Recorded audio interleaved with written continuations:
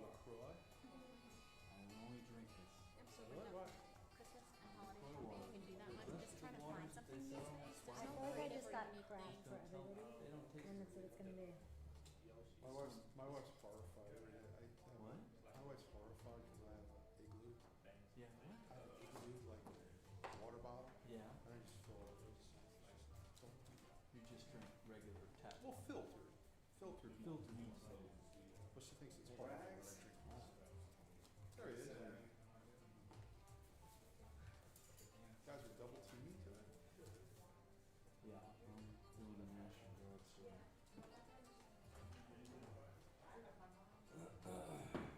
Bringing 2 National Guard with me today, as a matter of fact, in Delaware.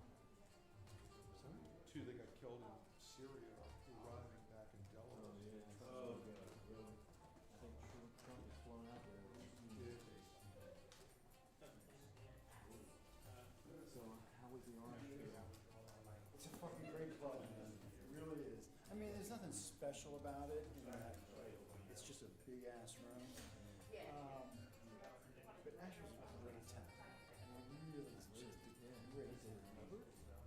Yeah, it seemed, I couldn't tell if there was anything wrong with it. And I had to search to find a Starbucks or any chain. Everything was mom and pop, local, you know,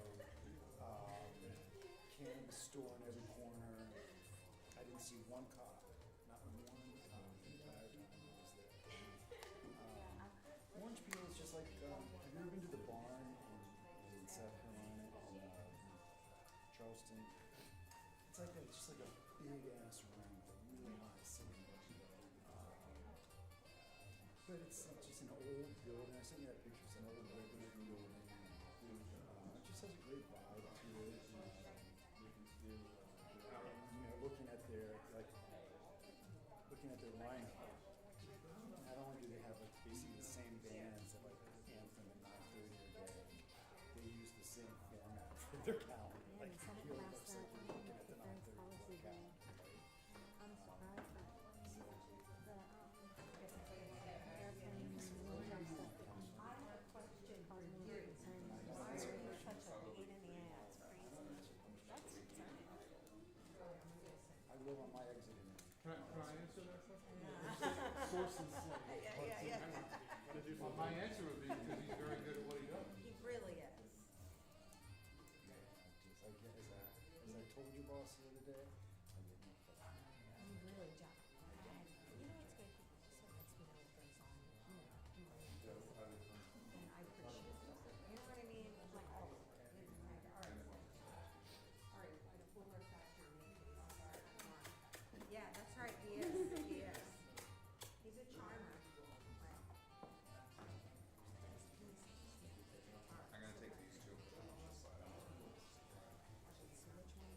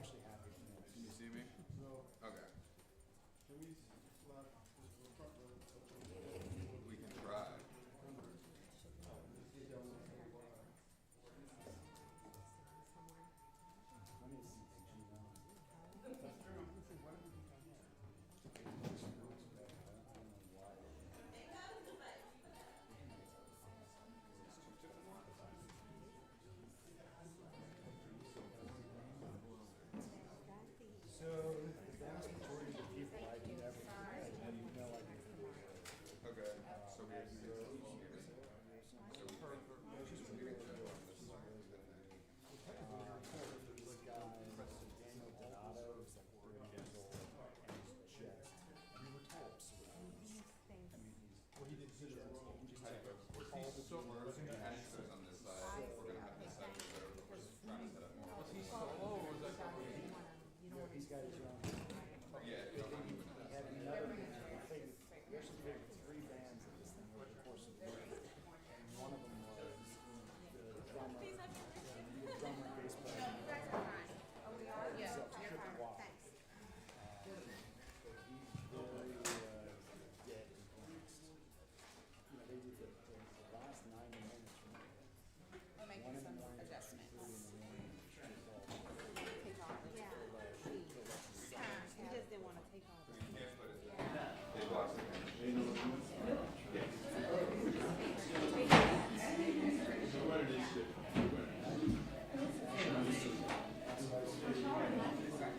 I don't know, but I'm not particularly tall and I was told so. Alright, so we're going to get to know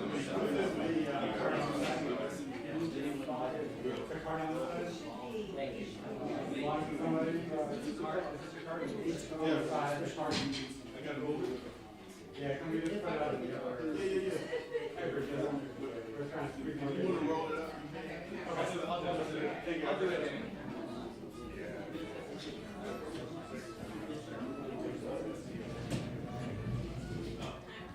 Thank you.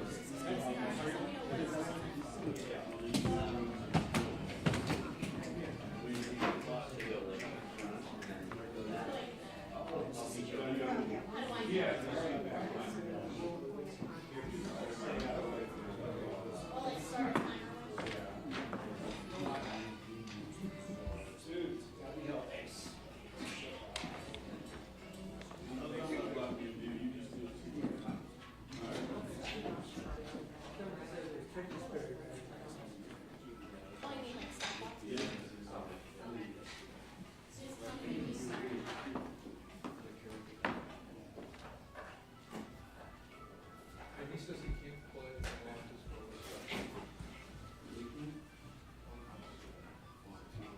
too hard. It's all we use. So the other part is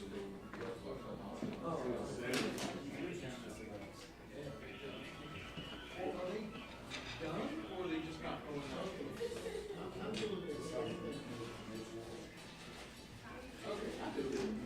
What is fire?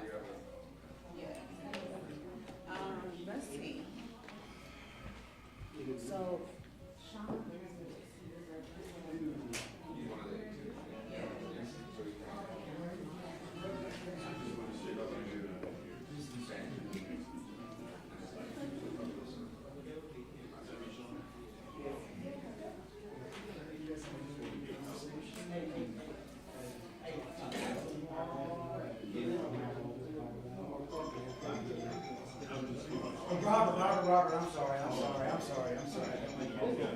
Yes, that's your grown up, because I got the name wrong, but yes, that's what I heard. Yeah. Although it's not.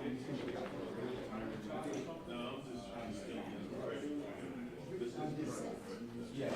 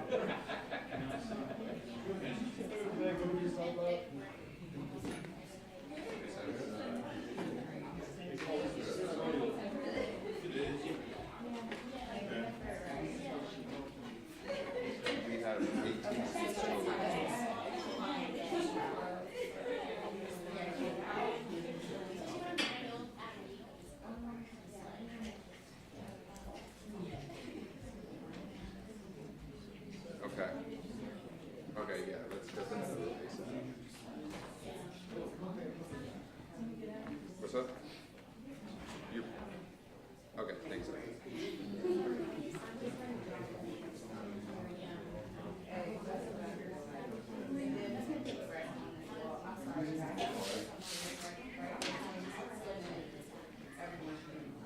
Yes, please, if I could just give this space real quick, I'm gonna put some chairs in here.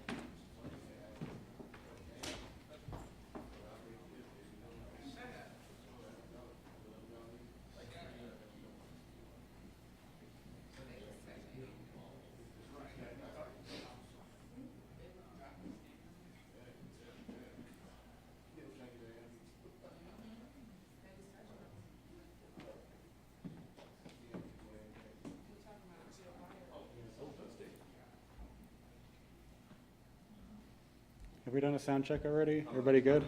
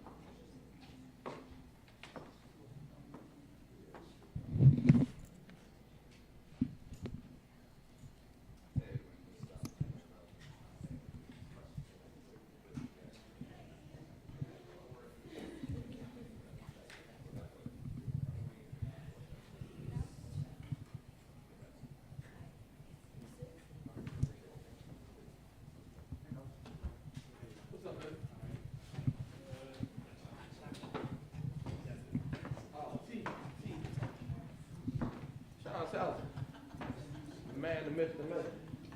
They gonna interview on you. And now, shit, you don't know you, sir. You got any stop sign? You know stop sign? Yeah, that man right there, the man, the myth, the legend, right there. How you doing?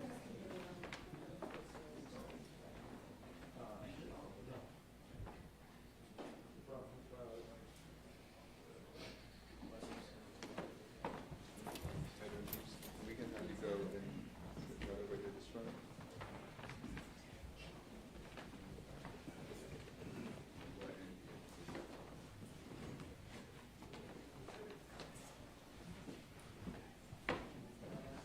All right, 2-minute warning.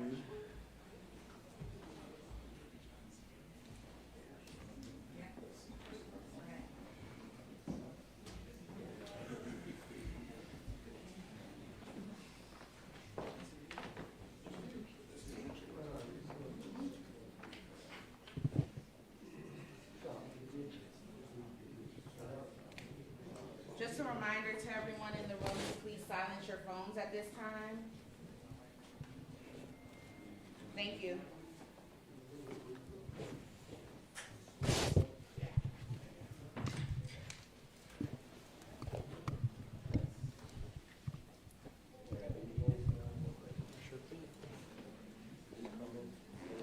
Yeah.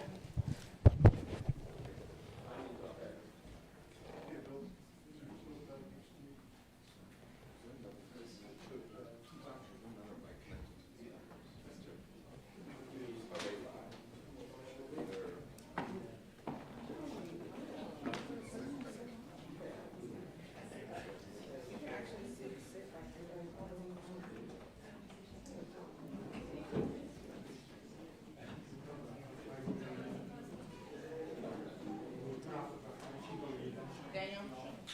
Coming in, hands up, bring up.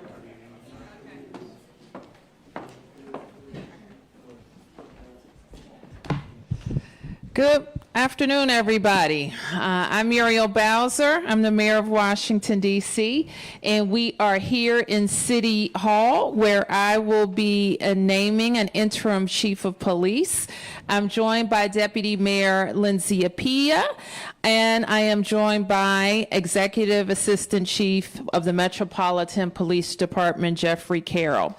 As you know, just over a week ago, Chief Pamela Smith indicated to me that she would be stepping down by the end of the year. And today I am proud to announce that Jeff Carroll, a 21-year veteran of the Metropolitan Police Department, will be the interim chief of the Metropolitan Police Department. Let's hear it for Jeff.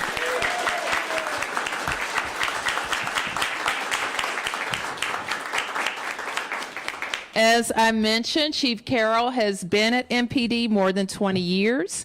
He joined MPD in 2002 and has risen through the ranks, and I'm sure he's going to describe to you the many responsibilities he's been entrusted with during his tenure. He became a commander, for example, in 2016. It was assigned to the Department's Special Operations Division. He has led our city through some of the most significant significant public safety challenges in the past decade. And he has overseen some of our other special moments like the World Series and Stanley Cup operations. And he was a very significant part of our city's ability to respond to January 6th.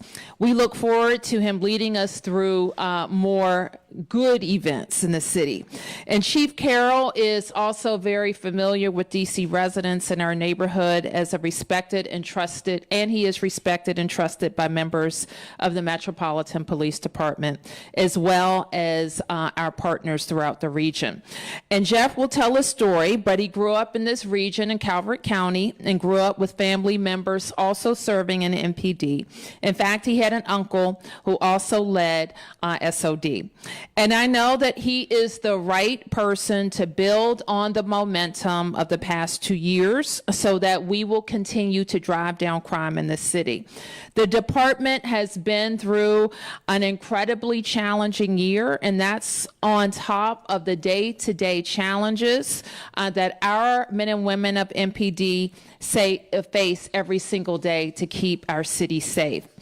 But I know this, we have the best department in the nation.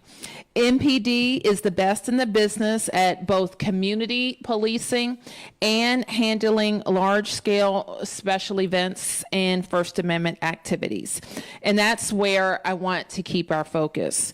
I'll be focused on making sure we have the right policy environment to attract and retain more officers and to ensure our officers have what they need to be effective.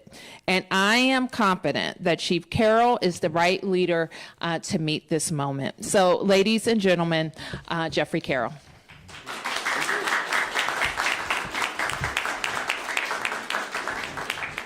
Thank you. Good afternoon, Madam Mayor, members of the Metropolitan Police Department, distinguished guests, and members of our community. Thank you for being here today. I'm deeply honored and sincerely grateful for the trust you placed in me. First and foremost, Mayor, thank you for selecting me to serve as the Interim Chief of Police. I don't take this responsibility lightly. Your confidence in me is both humbling and motivating, as I'm committed to leading this department with integrity, transparency, and a strong sense of duty to the people that we serve. I appreciate your leadership and your continued support of the Metropolitan Police Department. Public safety is not the responsibility of one individual or one department. It's a shared effort.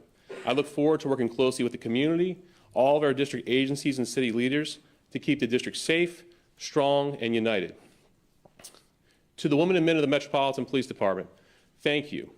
Your dedication, professionalism, and sacrifice do not go unnoticed. Every day you put on the uniform, knowing the challenges and risks that come with it. Yet you continue to serve with courage and commitment, whether responding to 911 calls, engaging with residents, interacting with the youth, or working behind the scenes. You are the backbone of the department and a vital part of this community. I'm proud to stand along beside you. I know the long hours you work, the difficult decisions you face, and the personal sacrifices you and your families make. As Interim Chief, my priority will be to support you, to listen to you, and to ensure that you have the tools, training, and leadership you need to succeed. To our community members, thank you for your trust and partnership. Policing works best when there is mutual respect and open communication. I'm committed to continue to build strong relationships with our neighborhoods, businesses, schools, and community organizations. We'll keep listening, learning, and engaging the community because public safety is strongest when it's built together. Looking ahead, I'm excited about what we can accomplish. We will continue to focus on community-based policing, accountability, and proactive problem solving. We'll work to strengthen trust, improve transparency, and ensure that every person in our city feels safe, heard, and respected. Thank you again, Mayor, for this incredible opportunity. Thank you to the members of the Metropolitan Police Department for your service to our city, and a special thank you to my family, my father, my wife, and my kids who are here today. Without your love and support, I wouldn't be standing here. Thank you.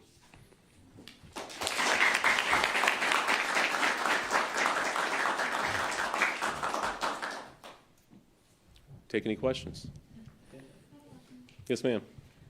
You've talked a lot about trust and the community's trust and working along with community members. Thank you. I work for Telemundo. We speak to a lot of Hispanic folks that live here in the district. People are scared. They were telling me today they're scared of contacting MPD. They're scared of contacting MPD and then being transferred to ICE, a possible detention, a possible deportation. What is your message today for the Hispanic community and listeners that are looking at you right now with expectations to be able to trust you? Sure, absolutely. The Metropolitan Police Department is here for the entire community, including the Hispanic population. We're here to build trust and to work with people. We don't want anyone to feel scared or fearful to contact the police. If they're a victim of a crime, if they need police services. So I urge them to continue to reach out to us to work with us. I know there's been a lot of things said in the media publicly about immigration enforcement. MPD is here to work with the community to keep us all safe. Yes, sir. You're credited for your work in strengthening the relationship between federal partners and MPD. As now that this collaboration has been under scrutiny, how do you navigate, this work together, especially given the recent incidents of the HSI agents opening fire while patrolling alongside MPD? Well, working with our federal law enforcement partners is not really new to the Metropolitan Police Department. As the mayor said, I've had the opportunity since really 2016 working with our Special Operations Division and our Homeland Security Bureau to work very closely with our federal law enforcement partners. Obviously, our relationship has changed under a new federal task force, but with that, we continue to work together. So just making sure that we're strengthening that and making sure that we have the ability to relay to our federal partners really the priorities of the city and the residents here in the city and the community that we serve to make sure they are well represented and the police officers that are working out there with the federal agents can make sure they understand our community. Mark. Chief, two questions. Thank you. One, will you do anything or what will you do differently than Chief Smith when it comes to the cooperation with the federal surge? And specifically, will you rescind her executive order that dictates how officers interact with people who are not in custody but then being detained? And then I'd also like you to just respond to what, if anything, you'll do regarding the two federal reports that were critical of crime stats that would restore the public's faith in the crime statistics. Sure. So let's start with the crime statistics. Obviously, there's been some interim reports that came out, draft reports, things that are said. The final reports have not been submitted to us. So obviously, we have some information that's in those reports, but we don't know all the details of what's in there. But with that, obviously, we don't want to wait until the full reports are out. We know there's some concerns related to the data. So really focusing on 3 areas of improved training for our officers as it relates to the classifications of crime and how we, how we ensure that we're properly classifying crime. Also, enhancing our policy and technology controls for making changes to classifications. So what I'm saying there is tightening up the internal policy that we use as far as the actual response for the officers and when you can change classifications. And our technology, our records management system, the ability to make changes in the system with alerts to members that reports have been changed, as well as the requirement for additional review and approval if a change is made to the report. And finally, something we were looking at is the development of a dedicated auditing team to look at all the reports on the back end to make sure that reports, after they're completed, submitted by the officials from the various bureaus and police districts, there's an independent group within the police department that can look at those reports and make sure they're appropriately classified. Did I get all your questions? Then on immigration, just cooperation with the surge, and specifically, will you rescind the chief's executive order? Sure. So obviously, I'm coming in fresh to the seat right now. So right now, I just wanted to kind of take a look at the operations of the police department, kind of see where we're at, and then any decisions about policy changes and things like that, give it a little time with that.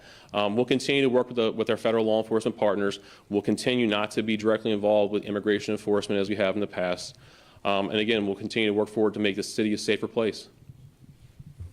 Paul? Jeff, basically you're taking this job for a year. Are you going to run the department as if this is your job to keep, and once the year is up and there's a new mayor, are you going to try and keep the job, or are you going to go for the job? Great questions. No, I mean, the mayor is designated as the interim chief of police. I'm going to be the chief of police. I'm going to run the department. I mean, my goal is to move the department forward, to make sure that we're driving down crime, to make sure we're keeping the residents safe, to make sure we're meeting all the goals and expectations of the community. So may it be for a year, may it be nominated by another mayor, whatever it may be. My goal, I've spent the past 23 years for the Metropolitan Police Department, and it's given me a lot. It's given me many opportunities, and my heart's here with the agency. So I'm going to do my best to move this agency forward. Yes, ma'am. Good afternoon, Felicia Ashley, ABC 7. As you enter this role, two-part question, are there any aspects or firsts actions you'd like to take in terms of enhancing MPD? And also, how are you going to address the allegations about certain alleged internal issues about whether it be trust or transparency? From Scott Taylor, he said that your name, among others, was named in a 2021 lawsuit about not taking certain officers' complaints seriously. Going into this role, how do you address that and strengthen the internal relationship? Sure. So I think it's really important that we continue to work together with the community. I think going into this role, making sure that we're reviewing what's out there, any allegations that are made as it relates to the allegations of this or anything else, obviously they'll be investigated. There's several investigations, as you're aware of, as it relates to the crime stats, but things that come up, we'll continue to investigate. Our internal affairs has done a great job working with their partners at the Department of Justice and Congress to be cooperative with that, and we'll continue to do that. Let me just jump in for a second to respond to your question, because the reports that have been issued leave a lot to be desired in terms of, you know, evidence and context and any back and forth with the affected agency. So I am going to be asking our Inspector General, the DC Inspector General, to look at the questions that were raised in those two reports. Yes. I have a question for the mayor and for the chief. For the mayor, I know last week when we talked about a potential new chief, you said there's a deep bench here, a lot of people to look at within MPD. So what stood out to make you decide on Chief Carroll as opposed to other potential candidates? Well, let me say this. When you are recruiting top-level executives in the government, one thing that is very important is that the process is confidential, and that has always been my process, and that will remain my process. I'm going to make an exception today because one young lady was drug into this unfairly, I think, and I only looked in MPD. I'm just going to tell you. So I've had internal conversations only, and I selected among highly qualified MPD officials. Jeff, like many of the officials, I have known in various capacities, and I think he has had the opportunity to serve a breadth of leadership roles at MPD, and including most recently as executive assistant chief. And he's very familiar with you guys, with community, with the council, with partners, and he is very excited to take on the role. Yes. Oh, sure. We've talked about all the last year just how unprecedented it is to be in DC, to be in leadership roles, and especially now, taking on this role. What is the mindset you're going into this job with, just given all the unprecedented events of the last year? Well, I mean, the past year, I mean, just January alone was it was tremendous with a number of special events, with a plane crash, and just throughout the year, there's been lots of challenges out there. But the Metropolitan Police Department, we're used to that. We're used to a variety of special events. We're used to unplanned things. I would say over the past, 7 years, we really had a lot of different things that come out there. And the men and women of the Metropolitan Police Department, they're able to pivot, they're able to take that and continue to push forward. What the next year will actually lead into, we don't know, obviously. But I feel that, hopefully with my leadership, with the executive team that I have here, with the assistant chiefs, we're going to push this agency forward and make it even better than it already is. Yes. When you go seventh, the good questions are taken. Question for the interim chief and question for you, Mayor. There's been a lot that has gone on this year with the police department, and we've heard a morale issue exists. We've heard discontent from some officers. What do you do now that you're in charge to address that and get officers feeling better about their jobs and having other people want to come here to be officers? No, I mean, one of our priorities is not only to recruit new officers, as you mentioned, but it's to retain the officers that we already have here. It does no good to bring in new people if we can't keep the folks that are here. And like I said, the men and women of the Metropolitan Police Department, they do outstanding work day in and day out. The calls for service, the variety of things. We do things here at the Metropolitan Police Department that no other police department in the nation do. Escorting the president, the vice president, all these things. So our team, our officers, they do an outstanding job. My goal as I move forward into the role of chief is one of the things is obviously to recruit and retain more people, but also to increase the morale across the department. And I think part of that is through conversations, working with the DC Police Union, and their members to make sure that we're addressing the things we can, taking feedback, taking ideas from the members of how we can move this agency forward so it's positive for the entire police department. And Mayor, may I ask you, we've been here for all the chiefs you've named. How has that experience informed that choice of the interim chief? And what have you learned along the years about what that decision needs to be and how you take that information and make your selection? It's an interesting question. When I was elected mayor, Kathy Lanier was the chief of police. And I spoke to her before I was elected and I said, I want you to be the chief of police. And then, sometime later, the NFL came calling and she went. And I have had the opportunity now to name, actually every chief I've named has come from MPD and with various levels of tenure. Mostly all of them are kind of this vintage of Jeff. And Chief Smith was also MPD, but she had come over from Park Police a couple of years earlier. And so I think in each of those selections, we just had people who were deeply familiar with DC crime. And I always look for in a chief, a crime fighter. All right. And some people are philosophers, or some people are this or they're that, but I want somebody who is focused on driving down crime fighting.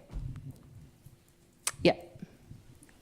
Well, congratulations, Interim Chief Carroll. Martin Osterman was my name. One thing that recently came up actually yesterday, and this could be for the mayor or for the interim chief, Councilmember Janice Lewis-George, who is running to be the next mayor, could potentially be your next boss, depending on the circumstances, has introduced legislation specifically about immigration enforcement and the role that MPD plays. Her bill would basically say that unless there's a judicial warrant, MPD couldn't transport federal agents, couldn't do surveillance on behalf of federal agents, couldn't participate in any activity around hospitals, schools, that sort of thing when it comes to immigration. What do you think, Mayor or Interim Chief, what do you think about this bill? Do you think, does that raise concerns for you about what MPD is or is not doing regarding immigration? I haven't seen the bill, and so I don't think we can comment on it right now. Despite, I just described the elements of it to you. I like to read it before I comment on it. I mean, those are all the parts, but yeah. Oh, well, I won't take your word for it. How about that? I will read it, and then I'll comment. Yes. I trust Martin's reporting. Okay, great. After some of the reporting I've seen over the last couple of days, it's, forgive me. We all know what you're talking Yes, thank you. Mayor Bowser, can you talk about the confirmation process? Sure. And residency requirement for the chief? Will you put his name up in the time that is required by DC code for a full confirmation hearing? And Chief, do you plan on moving into the district as residency requirements for the chief's position? The chief is, or any official, well, certain officials in the district are required to make residency within 180 days of confirmation. So I'll leave that at that. And what we plan to do with the confirmation process, let me just say this. I'm mayor as long as I'm mayor, and I have all the powers that attach to that, including appointment. But I am also a person who served on the council, who became mayor, and recognized that mayors like to appoint police chiefs. So I think that this is a conversation. I have had this conversation with Jeff, and so he recognizes that we have some options for him serving as interim, or getting or a conversation that we'll have with the council about how they would handle an appointment. So can you clarify, because it doesn't sound like you're like, oh yeah, we'll put him up for the normal confirmation. I mean, I get that he may only be there for a year, and so that is correct. What you just said, that your assessment is correct. And so you may not put him up for a normal confirmation process? This is not a normal confirmation process. Yeah. Question for Jeff and then for you, Mayor, on off topic. Uh-huh. Jeff, Michael Pulliam has been on the sidelines for 7 months now after he was accused of manipulating crime numbers. Do you plan to put him back to work? I expect, and the chief I'll turn to, but I expect that the Inspector General's review will be inclusive of all the data allegations. Can you comment on the D.C. Court of Appeals ruling on the National Guard? You know, I only saw the headline. I don't know if you've had a chance to read it, Deputy Mayor. It's a stay. Okay. We comply with court orders, and what we saw is that the Court of Appeals has granted a stay of the lower court order that found that the National Guard deployment was illegal. So we'll continue to do what we do, work with the Attorney General and the Solicitor General to determine what next steps are. Mayor, you said to me not too long ago you wanted the Guard out of the city. You still feel that way? I still, what I've said all along is it's a legal question that's going through the courts. And Attorney General Schwab believes strongly in our case.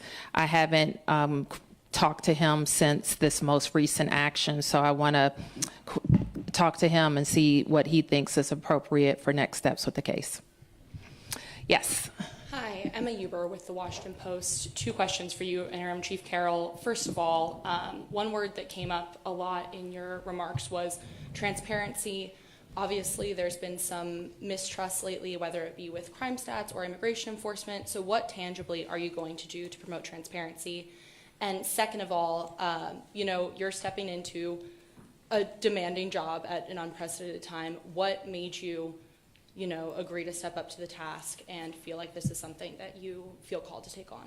Sure. So as it relates to the transparency part, I think I talked about some of the recommendations related to the data, the crime data, and things we're going to implement to make sure that we can, make sure the data is appropriately classified, ways to build in safeguards into that, and then ways to have independent auditing of that data to make sure that if there is an issue, concern, or misclassification, there is a group to address that. So I hope that will help to push forward the transparency.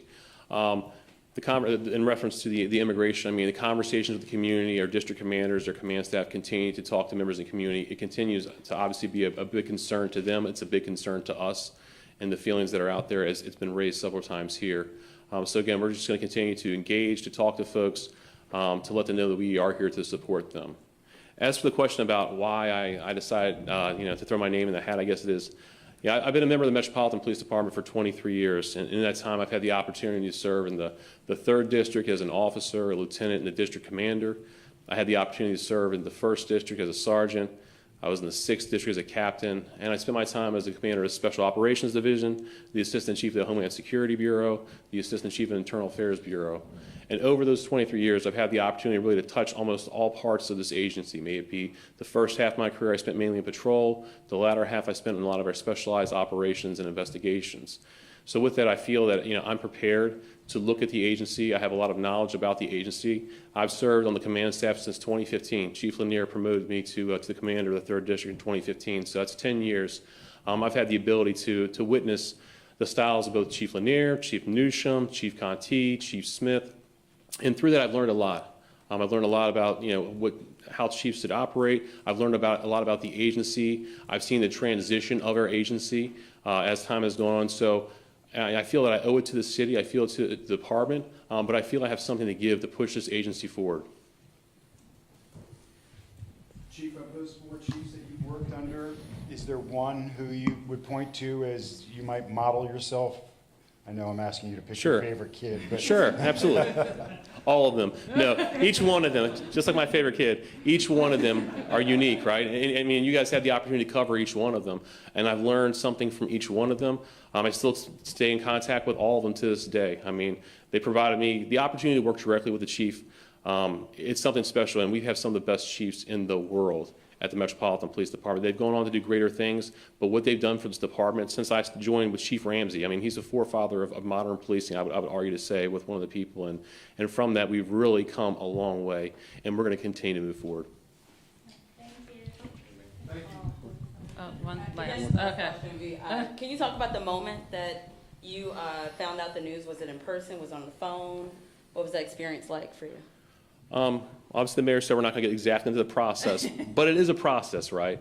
And with that being said, I mean, there's a lot that goes into it, right? There's a lot of impacts personally, professionally. There's a lot of impacts to my colleagues, my coworkers. I mean, it's a very exciting time. I think I'm prepared for it. I'm looking forward to the challenge to move the department forward as we move forward. So I'm excited. I'm looking forward to having some new ideas and implementing some new things kind of as we go through, by taking in the account of the advice and the consideration of the assistant chiefs, our commanders, our inspectors, and the officers in the department. So I'm excited to move forward. So when you talk about a challenge, what is your greatest challenge as you step forward from this room right here? What's the number one challenge you're looking at? Well, I mean, that's a very interesting question. I mean, I think there's a lot of things out there, but really I think the main thing is to move into the role of chief and really to hit the ground running, right? To get the agency moving forward and to take, as the mayor said and I've said, to take it and make it my department with the guidance of the assistant chiefs and the commanders. And, you know, we may not have that much time. We may have a lot of time. We don't know, right? But the moments that we do have, the goal is to move forward, to work on crime, to drive this agency forward. And are you chief now or not until January 1st? He will be sworn in, I don't know exactly what day, but he'll be sworn in when the chief leaves. So Smith is still the chief? Of course, voluntarily? yes, he is. She is. And to answer your question, I looked across the table at him in his eyes and said, "You sure you want this?" As I do everybody, I say, you know, this is Washington, D.C. We're different. We're different. And this is a huge responsibility. And without hesitation, the chief said yes. So thank you, everybody. Thank you.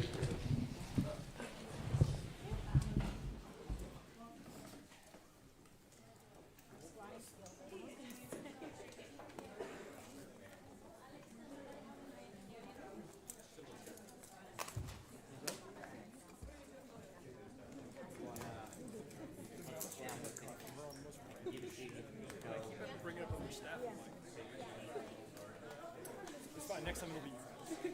Yeah, we pass it back.